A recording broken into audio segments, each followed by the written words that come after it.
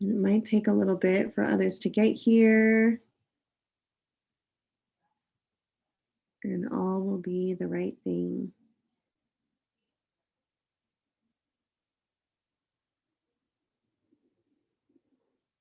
All right, so we'll give it a couple minutes. Let people work their way in. Make sure you have your water. And I'm being very hypocritical because I don't have my water around. But it's a shorter session, so I don't think I'll get too dehydrated. Welcome, everybody who's coming in.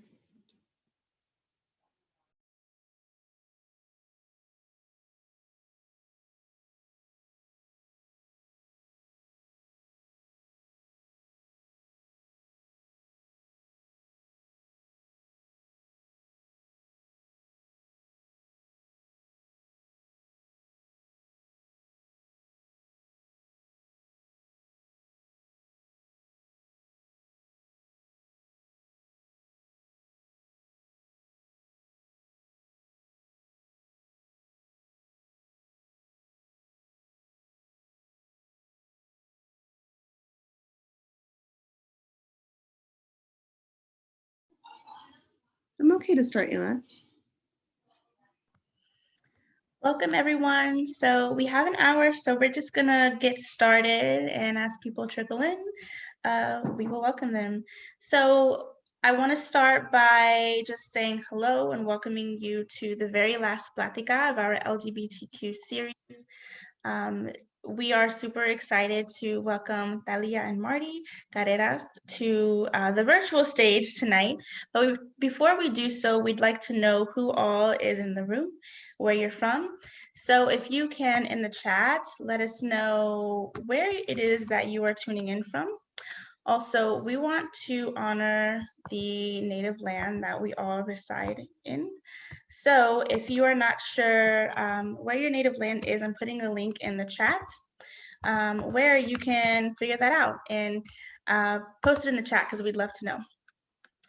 So just to give a little bit of background as to why this series exists, why we decided to do this, this community series highlights and amplifies the voices and stories of parents that identify as LGBTQ, parents raising LGBTQ children, or former Latinx children who identify as LGBTQ, who are committed to decolonizing their parenting or reparenting. So welcome. I'm going to introduce our facilitator, Leslie Priscilla, as well as introduce our guest for tonight. So Leslie Priscilla is a first-generation non-Black Chicana mother to 3 biracial children, ages 8, 2, and 1. She is a descendant of indigenous Taharomara, Raramuri, and Spanish lineages who has resided on occupied Tongva and Ahachiman land. And so again, you can figure out what land you reside on by using the link in the chat. So the Ahachiman land, also known as Orange County, California, all her life. Leslie shares her medicine by offering coaching, workshops, support, and advocacy for Latinx and Chicanx families locally, nationally, and internationally, both in person and online via the Latinx Parenting Organization. She founded this bilingual organization and movement intentionally rooted in children's rights, social and racial justice, the individual and collective practice of nonviolence and reparenting, intergenerational and ancestral healing, cultural sustenance, and the active decolonization of oppressive practices in our families. So we're going to unpack all of that tonight with our guests, Thalia and Marty. Thalia is a Mexican immigrant, first-generation college graduate, mother, and wife. She was born in Mexico City, but grew up in Long Beach, California. Marty, a self-made woman, owns and operates her own business in the male-dominated industry of barbering. Marty established McFly's Barbershop in Carson in 2015. Together, they have shared their lives for 10 years and have a wonderful 13-year-old son and 2 English bulldogs, Jimmy and Zena. So we're going to go ahead and get started. I do want to point out that tonight's Plática is being interpreted, so thank you so much to Lorenia de la Vega and Lorenia Rincon, who are mother and daughter duo, by the way. Yes, to the Familias in the house. So if you are wanting to hear the interpretation, please at the bottom of your screen, you'll see a button that says interpretation, and you can click on Spanish and you can hear tonight's Plática in Spanish. So Leslie, I'm going to kick it over to you. And everyone, if you do have any questions, because there will be a Q&A at the end of this Plática, please just put it in the Q&A chat. There is a chat box, but if you put your questions there, it'll get lost. So make sure you click on Q&A so that it's saved, and at the end, we can get to your question. All right, I'll stop talking. Leslie, take it away. Enjoy, everybody. Thank you so much, Ayla. And welcome to everybody that made the time to be here live today. And if you are watching the recording, thank you for taking the time to watch this recording. This conversation is our last of the 4 conversations that we've had, as Ayla said, and I'm particularly excited to share this space with Thalia and with Marty, because I've actually met them in person before, and some of our panelists we have not met in person before, and so it's nice to see you both again. I really just was in awe, I think, because the time that we first met was at we had a Familias photo shoot. And so a lot of the photos on our website now are from that photo shoot. And some of my favorite pictures from that time, that space, were the ones of you two with your son. And it was very emotional for me to witness you, parenting him, and the way that he was just so open and like loving and affectionate. And I was like, wow, like something is going right in this family, and I want to celebrate that first of all. So I think we could just get started by, we didn't get a lot of chance to talk like for a long time during that time. So I want to just hear more about you. Who is Thalia, who is Marty, as individuals, and then as you came together, etc. So whatever you would like to share with us, I'm so excited to hear it. Thank you so much, Leslie. I think we're super grateful for that experience. That was like a big deal for us to even go for something like that. And when I told Marty, I was like, hey, guess what? I signed us up for this thing. And she was like, what? Like, what is this? And so I explained to her, who Latinx parenting is, what you guys are, and I've been telling her about all the things that I've learned, and so she was like, okay, let's do this. But it was such an amazing opportunity for us, especially because we don't see ourselves, I think, ever or very often anywhere in any spaces. So that was very meaningful. And just hearing how other people perceive our family and see us, we think we're awesome, but it's different when we have sort of like that validation and people seeing us and seeing, okay, like something is going well in this household, like something is going positively, because unfortunately we've encountered the opposite. So thank you for that opportunity, and again, thank you for having us here today. Thank you. So where should I start? So I identify as lesbian. I grew up in a very religious home. So it was funny because I always found myself attracted to women, but I had no idea that homosexuals even existed. I always thought that I needed to date a man.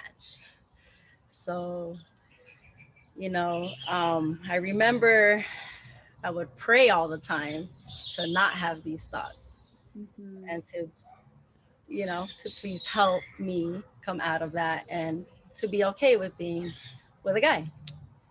Once I hit high school, I met a friend that had been to, the Long Beach Pride Festival, and she took me, and I was like, oh my God, I felt so comfortable.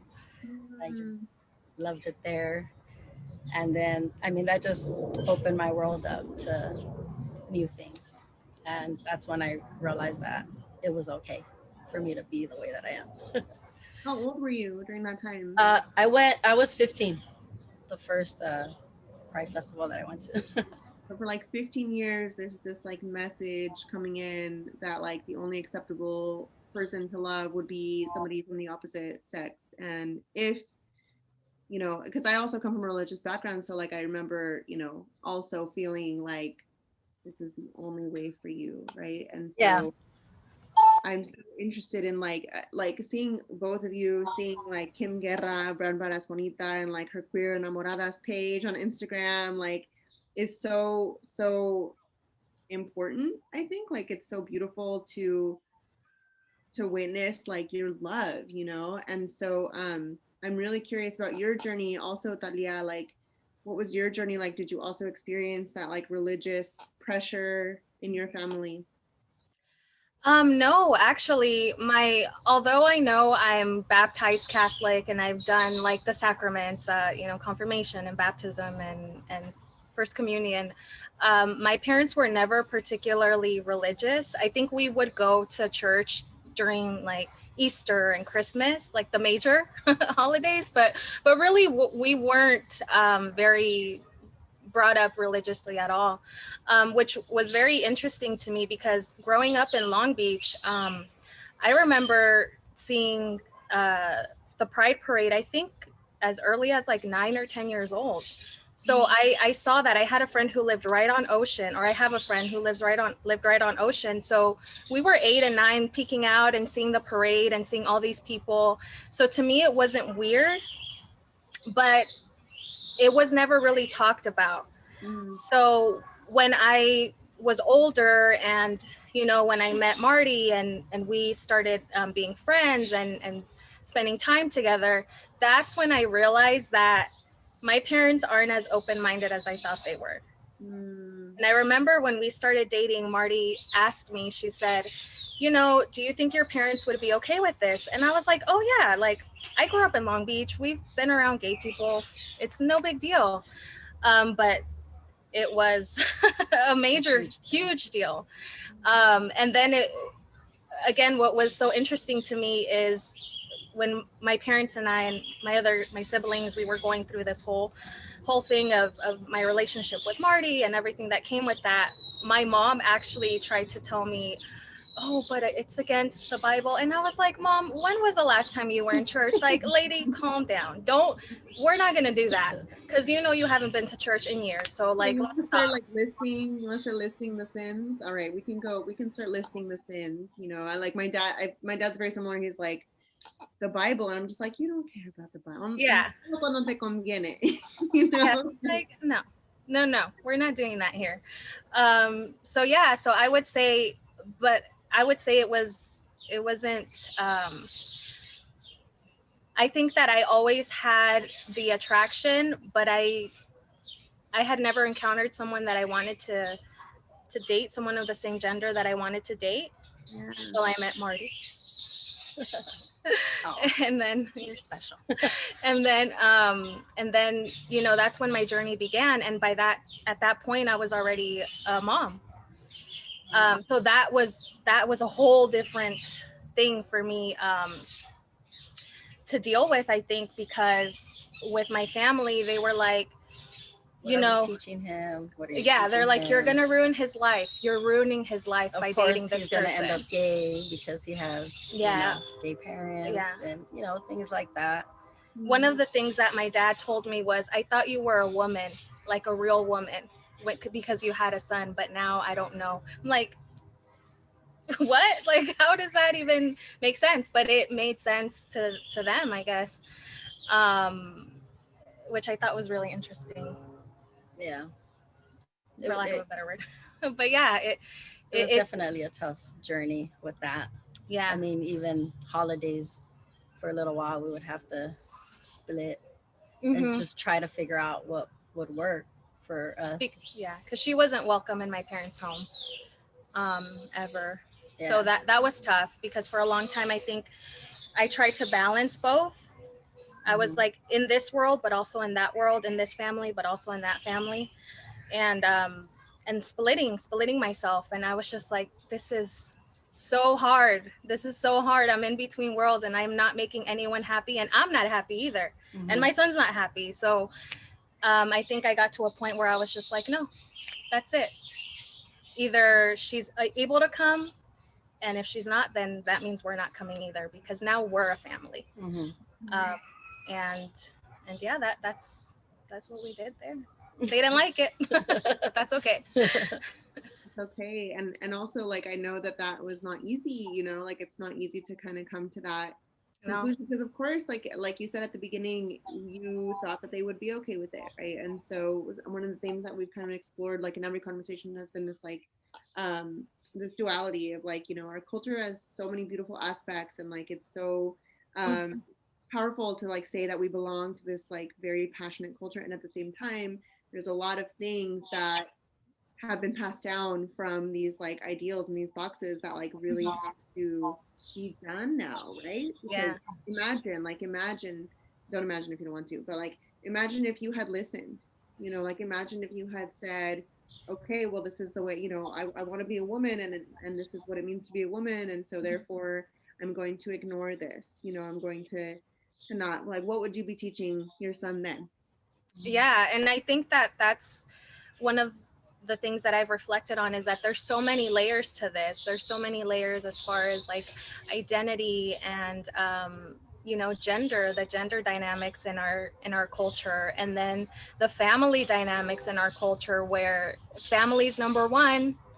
Things happen and nobody talks about it, or you're gonna do what mom says or dad says and forget, you know, your opinions, forget your thoughts. And so me challenging that, and me going against that and saying, no, that this isn't working for my family. You're not respecting my wife. You're not respecting my marriage.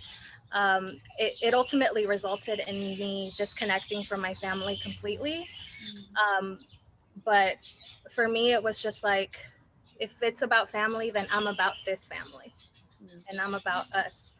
Um, so And so we've created our own family. We have friends chosen that are family. very, chosen family. Yeah. We have a lot of supportive people in our lives that love us for who we are, and our son. Yeah.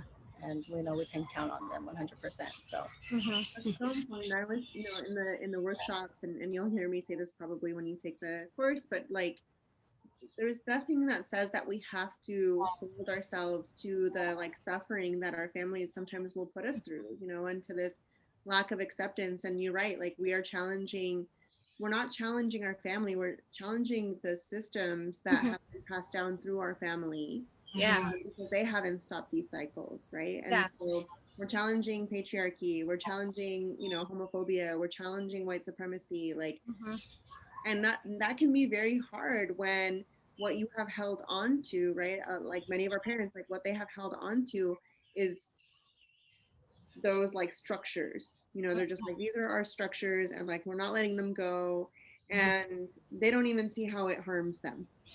Exactly. We were talking about that earlier because Marty made a comment. She's like, you know, I want to talk about these things, but I don't want to sound like my family's bad or like I don't like them. And I think that's a big something that we all think about, right? Is how do we hold these two things together? How do we understand our family members, the things that they went through, the things, their learned behavior, but also have accountability and say, hey, you know what? You did this and it hurt me. Yeah. I don't like this. I need you to stop that, and like setting boundaries. And I was thinking about myself, you know, because we were getting ready to do this, about my life and my parents. And I'm my mom's age when they arrived here to the States. And you know, my parents had a very rough marriage. They're still together, but there was a lot of violence and, you know, alcohol abuse and a lot of things, right? And I was like, you know, I wondered for a long time, why did she stay with this man? Why did they stay together? Why? And then I thought about it. I'm like, wait, if I were in a different country where I had no money, no connections, nobody, and this person was the only person I had, the only connection to myself, to home. I get it. I get it. It was harmful, but I get it. And I don't know how willing I would be to just pick up and leave everything right now, tomorrow. So, you know, I understand. I know that they have work to do, and a lot of the things that they dealt with or didn't deal with made its way to me. And to us with her family. But I think just being aware of where these gaps are happening and where this harmful behavior is continuing we can step in. Like, we have the option, we have the privilege to not work so much and be away from our families. We have the privilege to take a moment and step back and take courses and learn. And those are things that our parents didn't have. Yeah, I hold that, I really, really try to hold that duality. I think it's challenging for people to understand that, like, it really isn't either extreme, like, it's not like I hate my family, like my family is like all these things. It's like my family is wounded, and they are a product of their wounds, and I am a product of my wounds. The difference is that I am choosing to examine and to like look really deeply and closely at what those wounds are, so that I make sure that I am not passing down that woundedness to my children, because there's so much shame, I think, that we have had to, Yes. like, it's like this like sludge, I'm like imagining like a swamp, and we're just like trudging through all of this like shame that has been condensed over 500 years of people telling us that we are not valuable or sacred unless we act in these ways, depending on whether we're a girl or a boy. Like, and so I just find that, this is really brave work, right? Like, it's brave just to parent, and it's like that much more brave to like parent in the ways that maybe you and I are parenting, right? Where we're just like always examining, and we're always reflecting, and we're, and so let's maybe talk a little bit more about that, because Marty, when did you meet Thalia's son? When he was how old? He was 2.5. 2.5. And then had you either of you had like children, like explored the idea of like how you were going to raise children before this child came into your life? Yeah, so there's something funny about that. Because growing up, like, I had no say in anything. Whatever the parents said is what needed to happen. So I'm like, great, I can't wait till it's my turn. My kid's gonna have to do whatever the heck I tell him to do. If I tell him to go do the dishes or to be quiet, or exactly. It was like, I can't wait to get the baton and do that. The baton, Jesus Christ. But then, then I started realizing, like, how did that make me feel as a kid to not be able to have opinions on stuff? Like, that made me, I think, a very shy person. Like, I don't like to give my opinion a lot of the time because I wasn't allowed to as a kid, so I'm trying to break that cycle and be a little more comfortable about how I feel about opinions and stuff. So now my approach towards Mario is completely different. Like, I try to understand him and ask him questions and just give him advice more than anything. Give him options. Guidance. Too. Yep. All that stuff. Yeah. What about you, Thalia? What were you? Well, the opposite problem. I talk too much. And I would always get in trouble for that. And one of the funny stories that I've shared with friends and with Marty is that I remember being like 8 or 9 and sitting around the dinner table, and my mom, it was just kind of like an unspoken rule that my mom's chair was closest to the kitchen. And it was closest to the kitchen because she was the one that was serving everyone, getting things for everyone, and she was up and out of her chair multiple times throughout dinner. And I remember being a kid and seeing my mom get up and down and sit down, and then my dad was like, "Oh, I need a fork." And I was like, "Well, why don't you get up and get it yourself?" Dear Lord, I should never have said that. But even at that age, I was like, "Wait, are your legs broken? Like, what's happening here? You get up, you do this." So I would get in trouble a lot because I was always very outspoken. But I think it had a lot to do with a lot of different things. But I was the youngest. I was the one who had spent the most time here in the States. My sister was about 12, and my older brother was already like 10. So I was mostly raised here without some of the dynamics that they had. But yeah, for me, it was like, no, I'm going to listen to my son. Like, we're going to listen to Mario. We're going to let him lead, let him show us what he wants, his passions, his likes, his dislikes, and let's respect that. But also having that balance is challenging, right? Because you do need discipline, you do need some structure, but am I going to spank you, or am I going to talk to you and try to understand why that happened, rather than you're being bad, boom.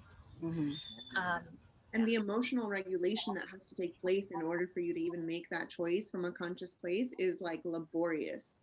It's like, oh my God, like I think about this time that my dad, like to your point of like not speaking up, right? Like one day, it's interesting because like a lot of what feminism centers, I apply to like children as well, because like, children I feel like are the most like marginalized identity, right? Like if you are particularly a black or brown child, a black or brown LGBTQ child, Oh. And black and brown LGBTQ disabled child, like Mm. the child aspect, um, that like for me, that's what I focus on, the liberation of like that child, right? And that child that's like still within us. And so I also remember like telling my dad once, like, why don't you go hang up your own tie? He like came home super tired and he's like, go hang up my tie. And I was like, why don't you go hang up your own tie? And it was the only time he ever hit me. My mom hit me all the time. But my dad only hit, like, he followed me into the room and like trigger warning, like whacked me across the face because I refused to, because I use my voice. And so I was like, okay, that is clearly not something that I'm allowed to do, apparently, right? Mm-hmm. Like, but yet here we are using our voices, and like here we are trying to give that gift, which feels new sometimes, right? Even for us, like Marty, you're talking about how you're still like, learning how to like express. I think all of us are, right? Because all of us were kind of raised in this like very repressed like way. Mm-hmm. And yet like here we are doing it and like showing our children Yeah. how to do that. Mhm. Yeah, and furthermore, with the styles that we were parented, I mean, Marty came from a family that was very affectionate, very, very loving, openly loving. And for me, I was like, I can't relate to that. I don't even remember the last time my mom said I love you. I think when I told her I loved her, she said thank you.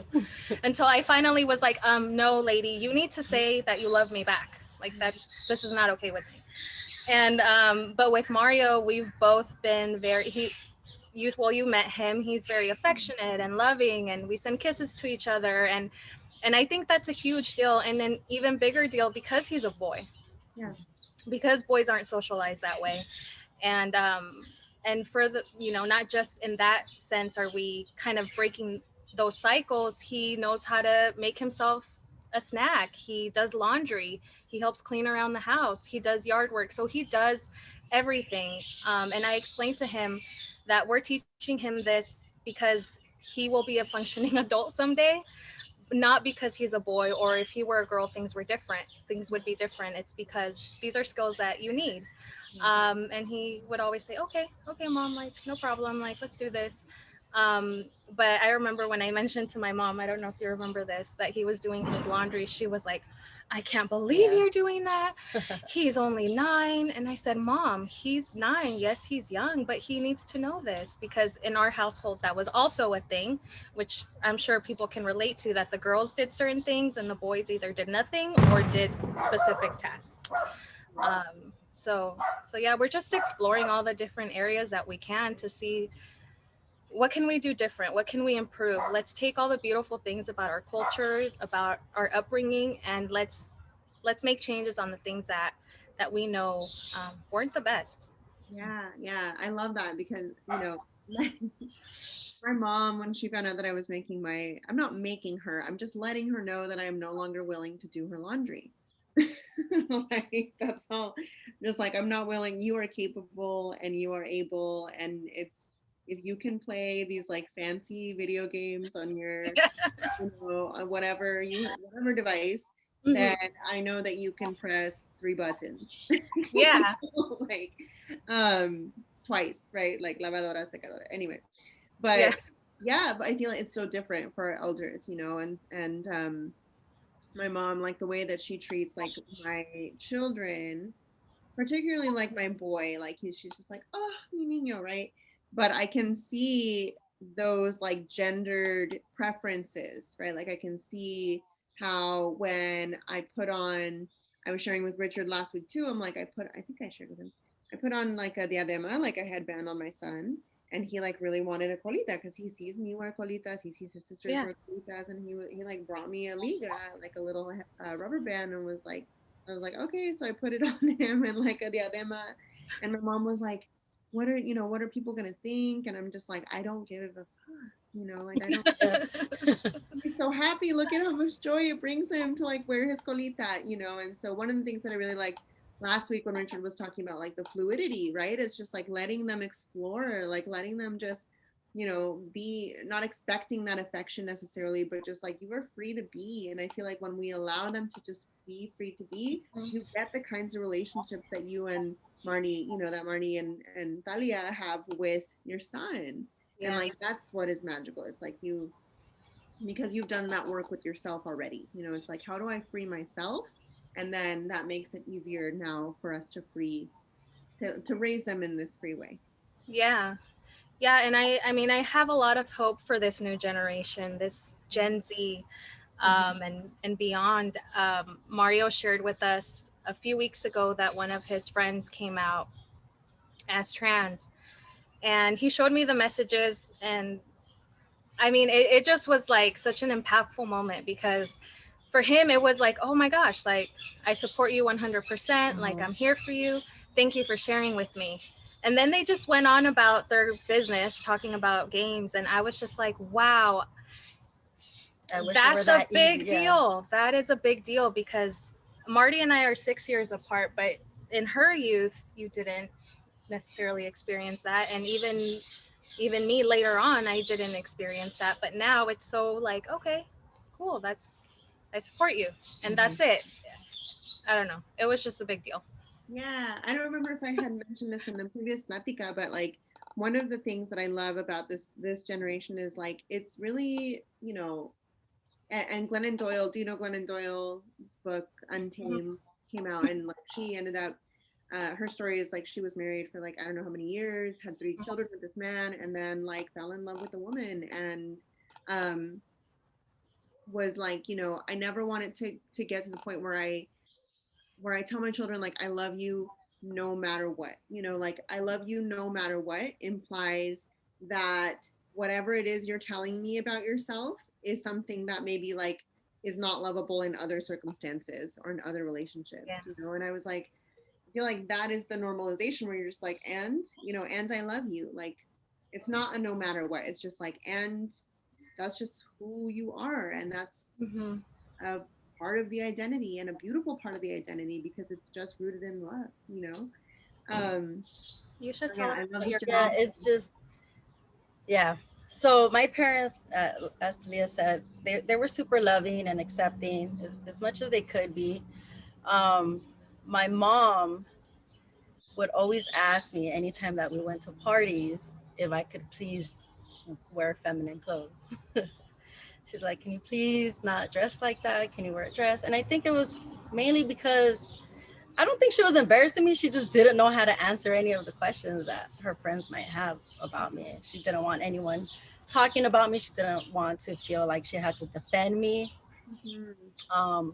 But that was hard. I mean, up until I think the last time I had to do that, I was like 17. I was already older. We went to Mexico. We were going for a week. And my mom was like, please, mija, like, these are all the people I grew up with, and we're gonna see family. And I'm like, oh my God, mom, I'm gonna look so weird with a fade because I've always had short hair. I'm like, I'm gonna look retarded. I mean, sorry, I use that word. But yeah, I'm just not gonna look right. So I ended up getting a weave. I asked a friend if she could weave in some long hair, and I was so uncomfortable the whole time. And I just told myself after that time that I would never do that again. Like, if you want me to go to certain places, like, you need to just accept who I am, and that's it. And she did, but I did have to voice that. Yeah. And then my dad, he was a pastor, so he would have a yearly talk with me. He's like, as a pastor, this is something that I have to do. So we would sit down and he would, read the Bible to me, and, specific verses that said that, I was, possessed by a demon, like stuff like that. I was just like, what? No, I'm not.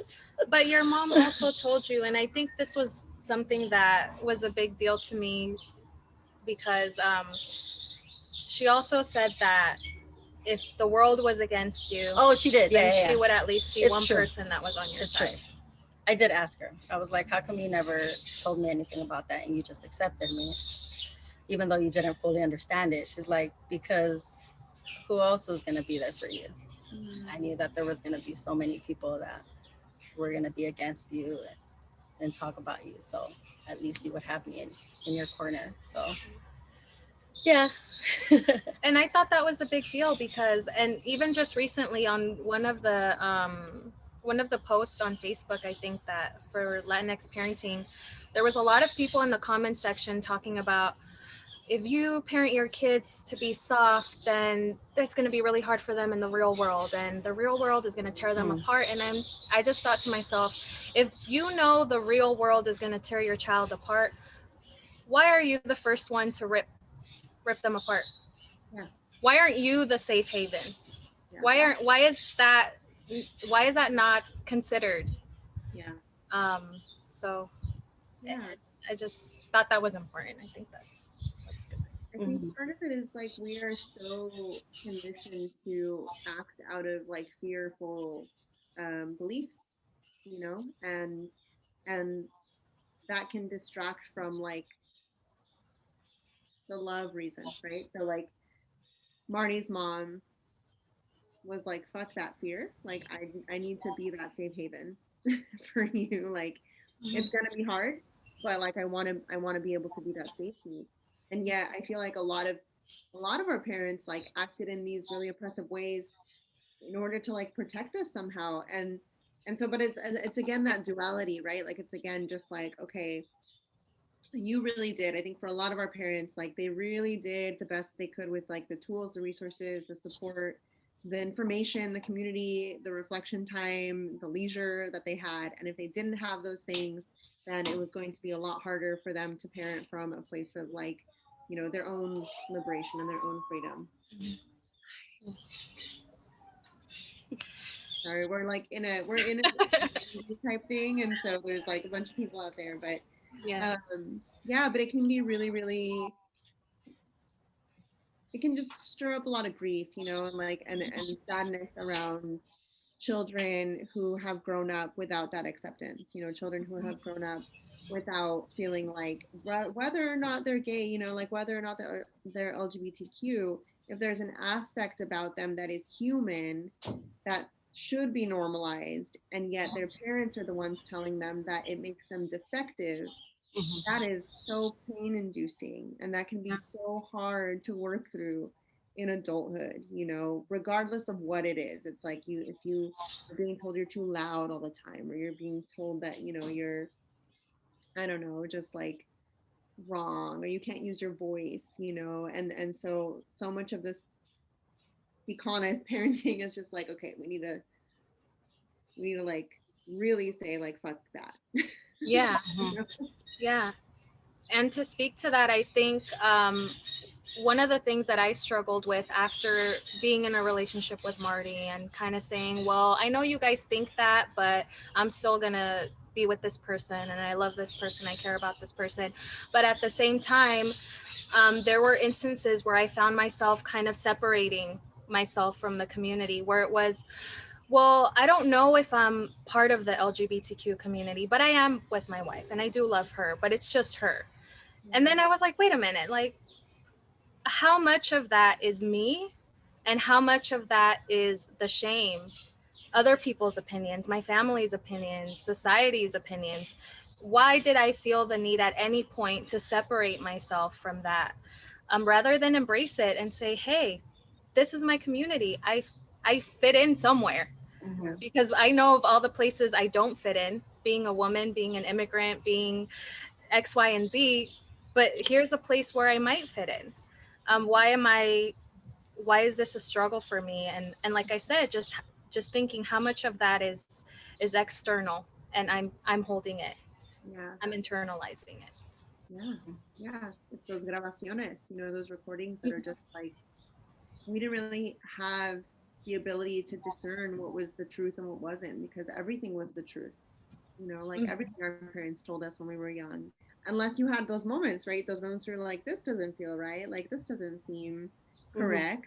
And so, my vision is of, and I'm going to ask you what yours is, but like, is of even our elders like coming to a place of healing for themselves, because I feel like they will never come to a place of acceptance for anyone else's multi-layered, complex, multi-dimensional identities unless they can come to grips with their own. And Yeah. I don't believe that anybody is so simple, so black and white, so always aligned, with the exact values. It's like Mhm. they must be carrying so much shame whenever they act out of alignment, like, Yeah. because that's what creates a lack of compassion, the lack of acceptance. But my vision is for that shift, and like we're already doing what we need to do, right, in our Mhm. parenting. Mhm. What is your vision Yeah. for Yeah. families, for LGBTQ families, or just families, right? Just like Latinx families in general. Like, what do we want? What do we want to see? How can we create it? Just to be accepted, to continue to educate our parents and, you know, helping them understand us and continuing to educate, our kids so that they can educate their friends and then so on and so forth so that, you know, we won't be so much of, I guess, the minorities or Yeah. people or the people that are different, Yes. Yeah.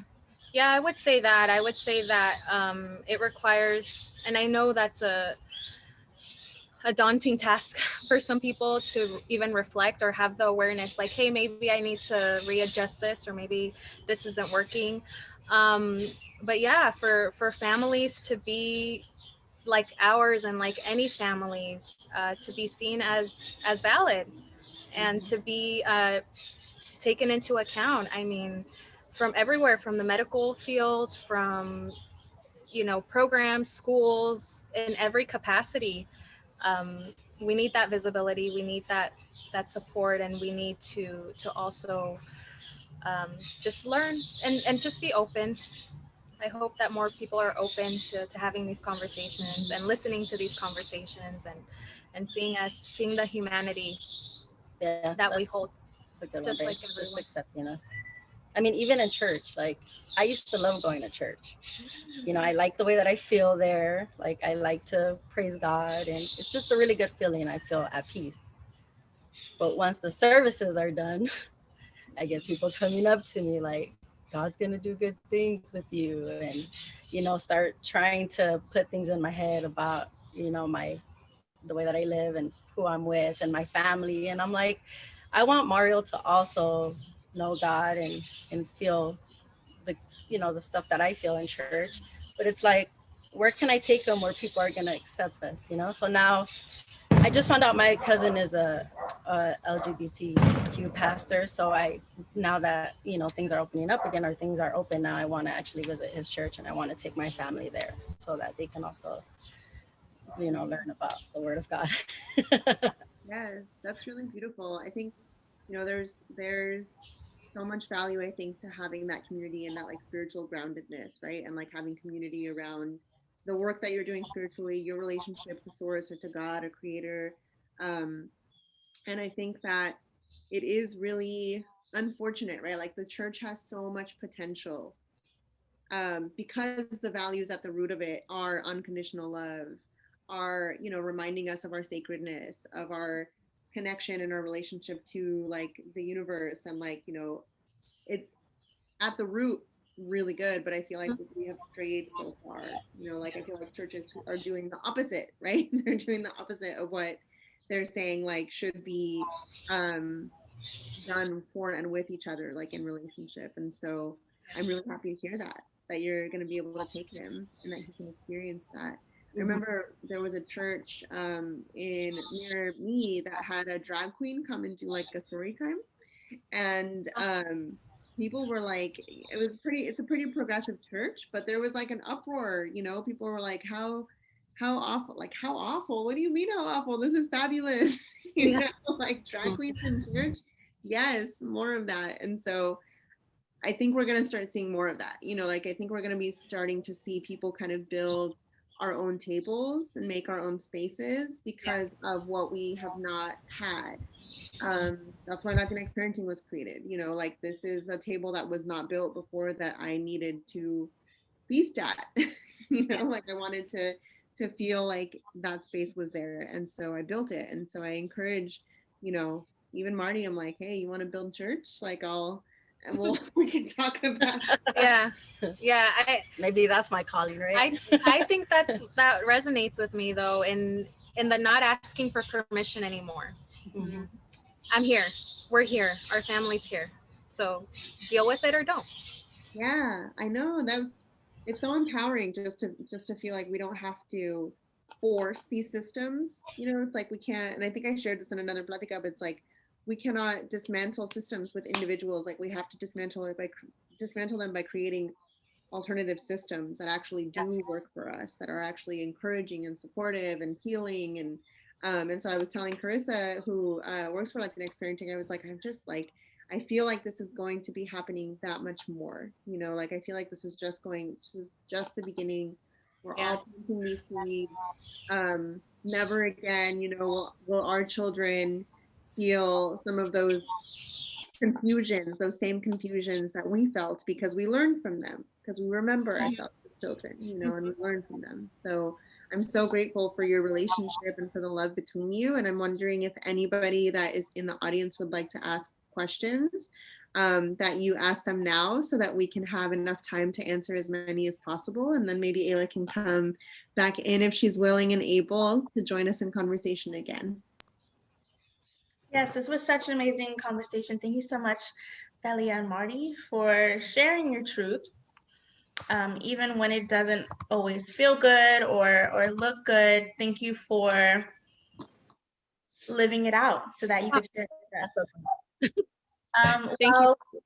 Yeah, of course. While folks are picking their brains, thinking of what questions they want to ask, I did have a couple. So earlier on the call, you mentioned having a chosen family. And I love that concept so much. And I do want to say one thing that has been very striking between all of these conversations is that, you know, everyone who has come to this space has talked about at one point in their lives wishing that their truth was not really their truth, that they could change that. And so I just want to say I am glad that you all are living authentically. Authenticity looks so good on you. And also it's empowering for everyone, you know, whether we share the same identity or not, to see that because you are living out loud, oh, maybe I can too. And maybe it's not, you know, I can do it and I can do it bravely. And so my question is, you know, in what ways does your chosen family love and support you in ways that your blood family does not? And I ask this not to bring up any lingering wounds or anything of that sort, but because there may be someone who is watching this who doesn't feel empowered to seek community outside of their family. And they feel a sense of duty to their families. And especially with that added layer of like being a child of an immigrant or, you know, whatever others or ands add on to the list of reasons why we don't live authentically. I want them to be able to hear from the both of you, you know, in what ways is your chosen family pour into you? Because ultimately, you know, when you are, I guess, trying to fulfill the identities or the duties that your blood family, you know, is requiring of you, but what they're requiring means you have to say no to yourself, that's harmful, right? So I asked this question in hopes that someone, you know, will feel empowered to welcome love from other people and places and to not feel bad about it, but to feel empowered by it. I love that so much. That's all. Yeah. Yeah. I mean, like I said earlier, we're so fortunate to have groups of people that have come into our lives through work, through school, in the community, that have always welcomed us with open arms and invited us to their events. They're always there for our son, and that's a big one for me. Is hey, you have your uncle, you know, so and so, and your auntie so and so, and like everybody has just like pulled through for our son and for us, and is proud to be friends with us, and talks about us, and you know, shares things about us, shares this event. You know, we're so fortunate to have that, and it's hard if you don't. It's tough if you don't. But for those of you who don't have that, I hope you allow yourselves to be loved, and you find that in your lives.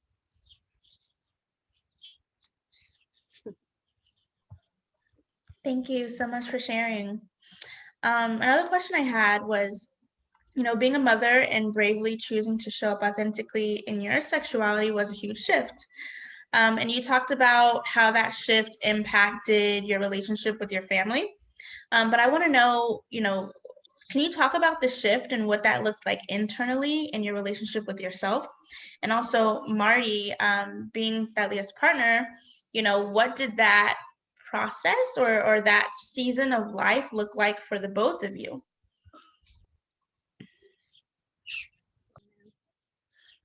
So that's a tough one because I'm very close to my family. So I always encourage Thalia to be part of her family's lives no matter what. I'm like, you have to make this work. One day they'll come around. Like, it's gonna be okay. They're your family.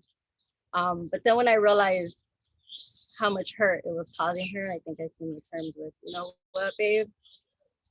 Whatever you want to do, it's your family. If you think it's time to not have them in your lives, then I'll support it 100%. You know, we have, going back to our chosen family, like we have so many people that do accept us and love us, and so yeah, it's been about, I want to say, a year and a half now since we haven't had them in our lives, and I mean, it's been peaceful. Yeah, it was hard, you know, splitting up for holidays. I'm like, what are we teaching our son? Are we teaching him that we can't be together as a family during those special moments? And you know, so it's just, I don't know, like a huge weight off our shoulders to not have to worry about that anymore. Navigate all of those situations. Yeah, I mean, for me, that process was tough, and it took a long time. I tried for several years to be the bigger person and to say, hey, let's talk about this. Where is this coming from? You know, it's 2000 so and so. We're not living in those times anymore. You know, but at the end of the day, I had to choose me. I had to choose us, and that was really what helped me be okay and just work through it. I knew that it was going to be tough. I was going to cry, and I was going to feel like a bad daughter and a bad mom and just a bad person in general. But I knew that there was a light at the end of the tunnel, and if I'm good, if I'm working on that, then I'm going to be better for myself, for my family, and in every space that I show up in.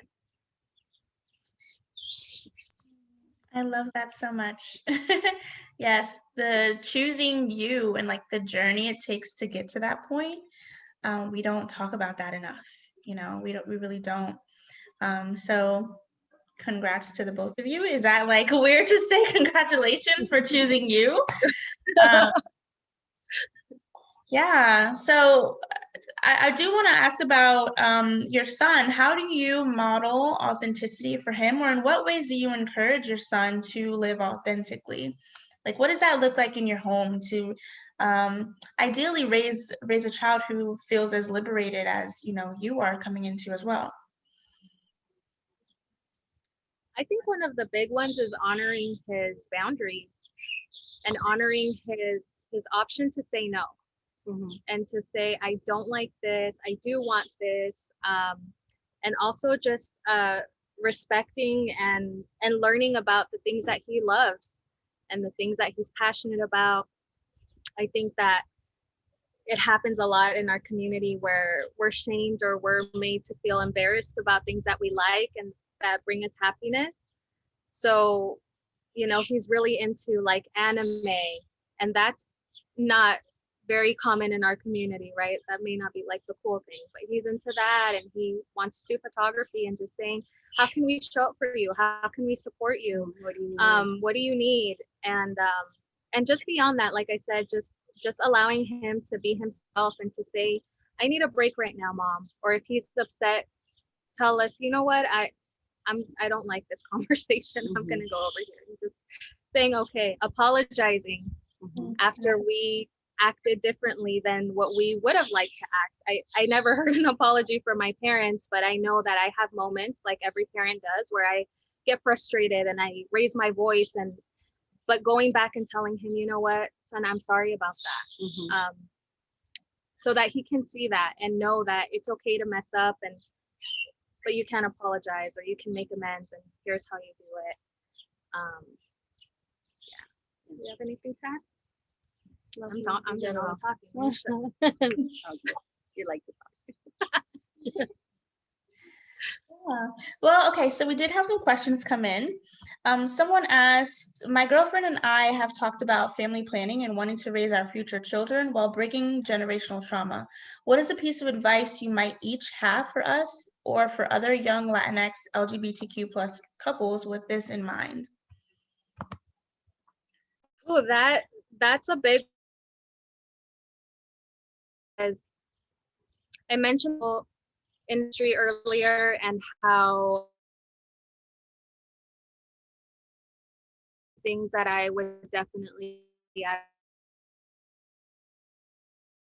If you find yourself in a family planning space and you feel like your requests are not being honored, speak on that.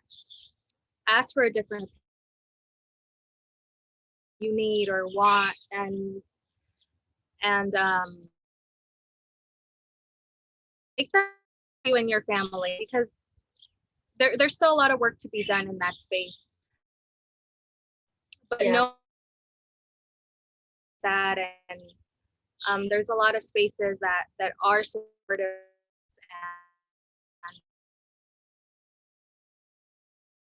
most importantly, just do what's best for your family. Keep yourselves at the priority of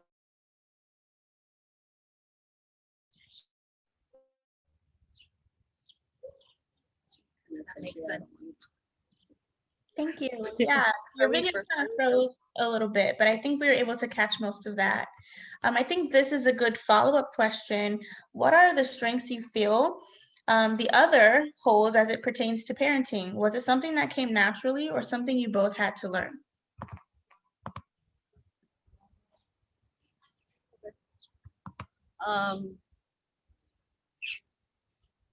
Well, there was a lot of parts of it was very natural, like the loving aspect of it and the nurturing part of it, teaching part of it. But there was a lot of stuff that I did need to learn because I wanted to mimic like how my upbringing was, and then realizing that there's better ways. So, and the way I did that was, speaking to Thalia, watching YouTube videos, listening to podcasts about parenting and latinxparenting.org. Yeah, and yeah, those things help me find what works for me and my parenting with my son. And like Thalia mentioned before, is just giving Mario the voice and being able to express like his needs and his desires, and just supporting that 100% in any way that I can. Because I think parents also find themselves in that space of, I'm going to give my child everything that I never had. But what you never had may not fit your son or daughter. It may not fit your child. They may not have the same needs that you have. So honoring them and them specifically being centered on them and their needs. I know, especially coming from an immigrant background, it's like, I never had, the means for this, or my parents weren't able to do this or that. And we're fortunately in a different space. So just remembering that it's not about us, it's about our son. And let's focus on him. I love that. I think this is a really great question to end with. What do you think your son admires most about the both of you as individuals? Probably my big mouth. No, I'm just kidding. I think, I don't know. What does he admire most about you as an individual?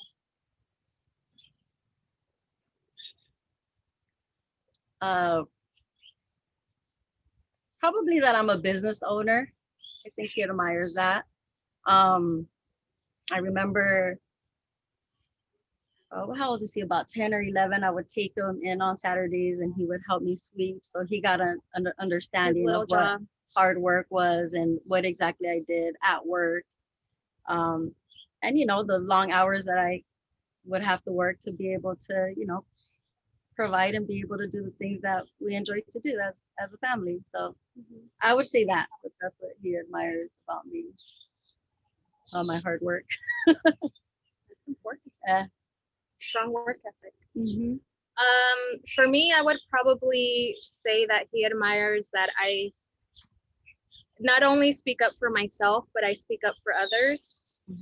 I think that's very central to who I am as a person, is speaking up for the marginalized communities, many of which I belong to, and not backing down.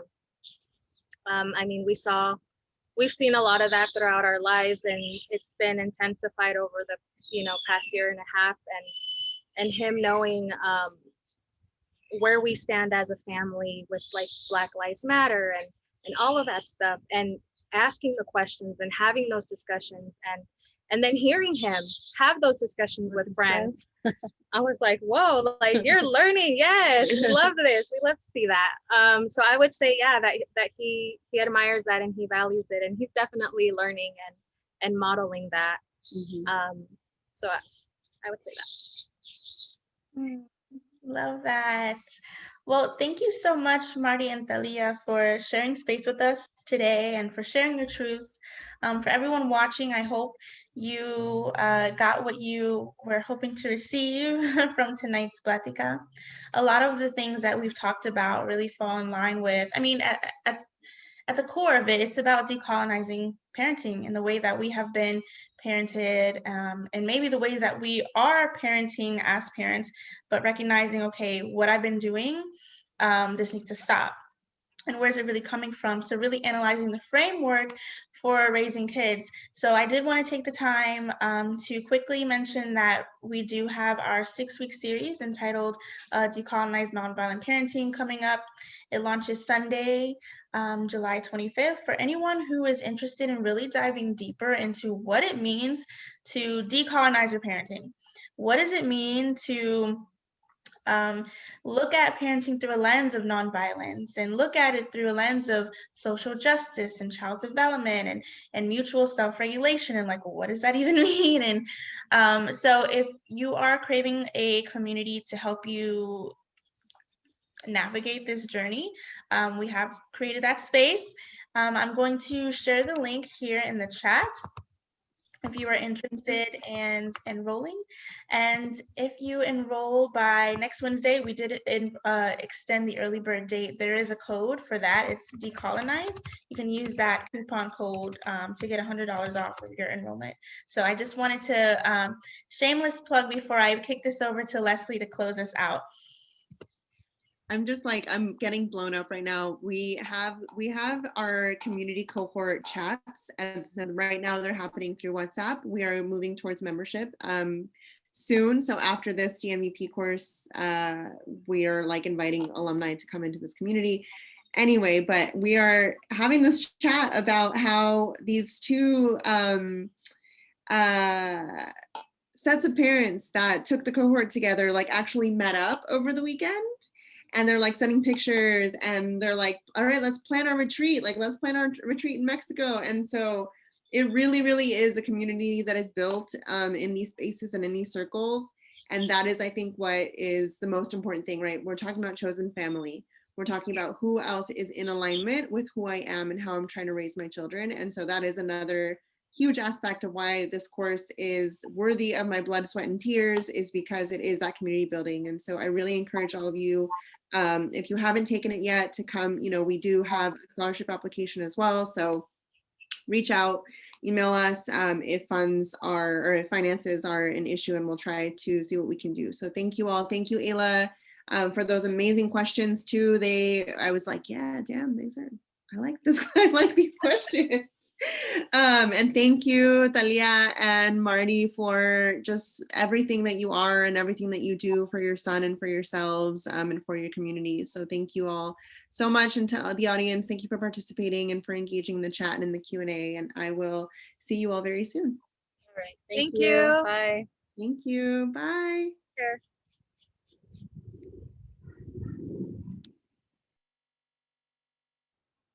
All right. Thank you, Lorenia de la Vega and Lorenia Rincon. We're amazing. Our amazing interpreters. Yes, we'll be talking very soon. Thank you. All right, stopping the recording right now.